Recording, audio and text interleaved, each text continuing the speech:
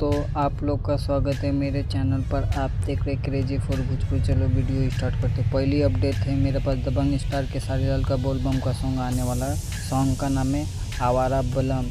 ये song coming soon है, जिसका फर्स्ट लुक आ रहा है। आज या कल में सॉन्ग आ जाएगा खेसारी लाल म्यूजिक वर्ल्ड पर। नेक्स्ट अपडेट है मेरे पास जो यश कुमार की मूवी आने वाली, यूट्यूब प्रीमियर होने वाली मूवी का नाम है स्वर्गुण संपन्न। ये मूवी कल 7 बजे रैप्टिक यूट्यूब चैनल पर देखिएगा। नेक्स्ट अपडेट है मेरे पास विजय चौहान की सॉन्ग आने वाला है टकाटक माल।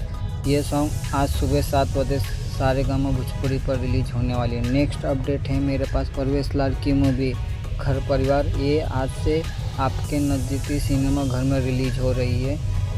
नेक्स्ट अपडेट है मेरे पास सनम।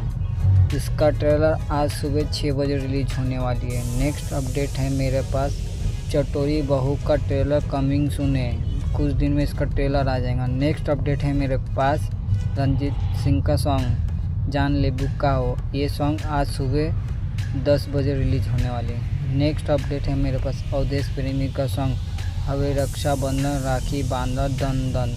यस, आपको वीडियो अच्छी लगी तो लाइक करें, शेयर करें, सब्सक्राइब करें। मिलते हैं नए वीडियो में। धन्यवाद।